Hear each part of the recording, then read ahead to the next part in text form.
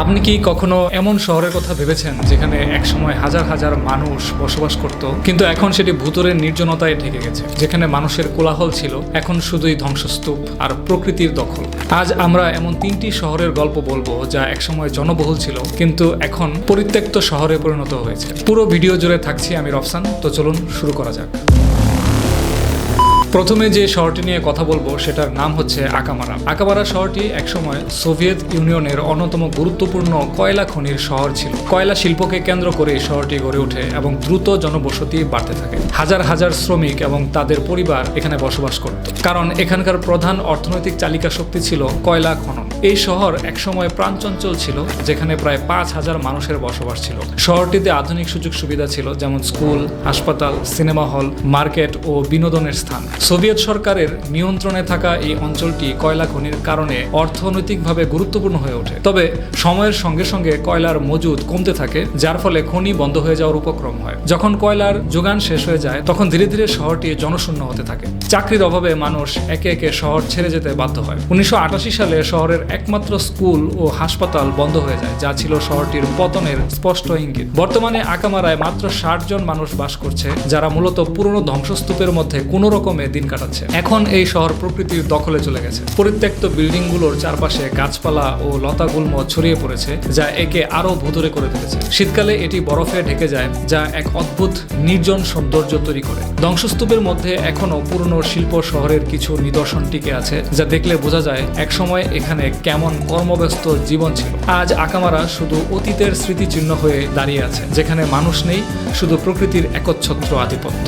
জাপানের নাগাসাকি শহর থেকে মাত্র 18 কিলোমিটার দূরে সমুদ্রের মাঝে অবস্থিত একটি ছোট্ট দ্বীপ, যার আয়তন মাত্র 16 একর, যার নাম হচ্ছে গানজানজিমা। দ্বীপটির প্রধান আকর্ষণ ছিল এখানকার সমৃদ্ধ কয়লা খনি, যা জাপানের শিল্প বিপ্লবের সময় বিশাল ভূমিকা রেখেছিল। দ্বীপটি হাসিমা আইল্যান্ড নামে পরিচিত। এটি একসময় বিশ্বের সবচেয়ে ঘনবসতিপূর্ণ শহরগুলোর মধ্যে একটি ছিল। 1890 সালে মিৎসুবিশি কর্পোরেশন এই দ্বীপে কয়লা খননের কার্যক্রম শুরু করে। দ্রুতই এখানে জনবসতি বাড়তে থাকে, কারণ জাপানের বিভিন্ন স্থান থেকে হাজার হাজার শ্রমিক কাজের সন্ধানে এখানে আসতে থাকে। 1959 সালের মধ্যে গানকানজিমা পৃথিবীর সবচেয়ে ঘনবসতিপূর্ণ স্থান হয়ে ওঠে।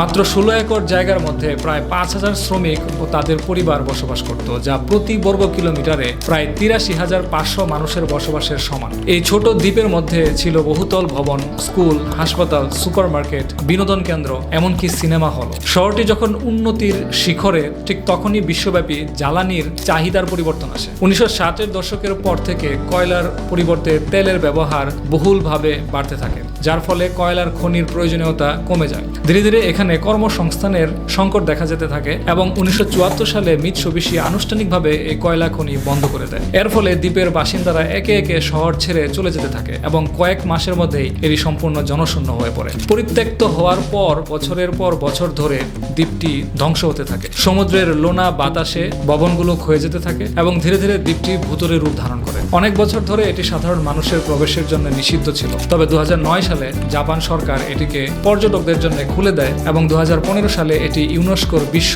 ঐতিহ্যের তালিকায় যুক্ত হয়। আজ গানকানজিমা একটি ভয়ঙ্কর অথচ রহস্যময় স্থান। ভেঙে পড়া বিল্ডিং, ফাঁকা স্কুলঘর, ধসে যাওয়া অ্যাপার্টমেন্ট আর এক অদ্ভুত নীরবতা, যা দেখে মনে হয় যেন পুরো দ্বীপটি সময়ের মধ্যে আটকে গেছে। এটি এখনো ইতিহাস প্রেমী ও অ্যাডভেঞ্চার প্রিয় পর্যটকদের জন্য এক আকর্ষণীয় গন্তব্য, যা জাপানের এক শিল্প বিপ্লবের নিদর্শন হয়ে রয়ে গেছে। তো চলুন এবারে নতুন আরো একটি শহর সম্পর্কে কথা বলা যাক। 1986 সালে তৎকালীন সোভিয়েত ইউনিয়নের একটি পারমাণবিক দুর্ঘটনার কথা আপনারা সবাই হয়তো শুনেছেন। এটি বিশেষ করে একটি বড় দুর্ঘটনা বলে বিবেচিত হয়, যে দুর্ঘটনার ফলে রাতারাতি একটি শহর কিভাবে পরিত্যক্ত হয়ে যায় তা কল্পনার বাইরে। প্রিপিয়াত শহর বেলারুশের সীমান্তের কাছে অবস্থিত একটি শহর, যেটি 1970 সালে নির্মিত হয়, মূলত একটি পারমাণবিক শক্তি কেন্দ্রকে কেন্দ্র করে। 1979 সালে এটি শহর হিসেবে ঘোষণা করা হয়। প্রায় 31 লক্ষেরও বেশি মানুষ প্রিপিয়াত শহরে বসবাস করত। দুর্ঘটনার পর যখন বাতাসে পারমাণবিক রেডিয়েশন ছড়িয়ে পড়ে, তখন মানুষ অসুস্থ হতে শুরু করে। এরপর বিশাল সংখ্যক জনগণের উন্নত চিকিৎসার জন্য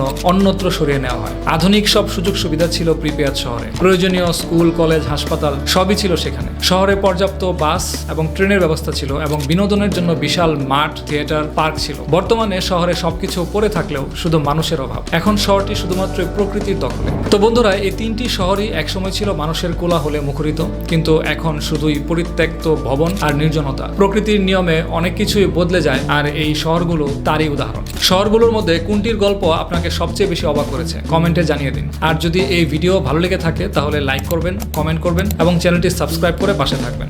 পরবর্তীতে নতুন কোনো ভিডিও নিয়ে হাজির হব। ততক্ষণ পর্যন্ত ভালো থাকুন, সুস্থ থাকুন।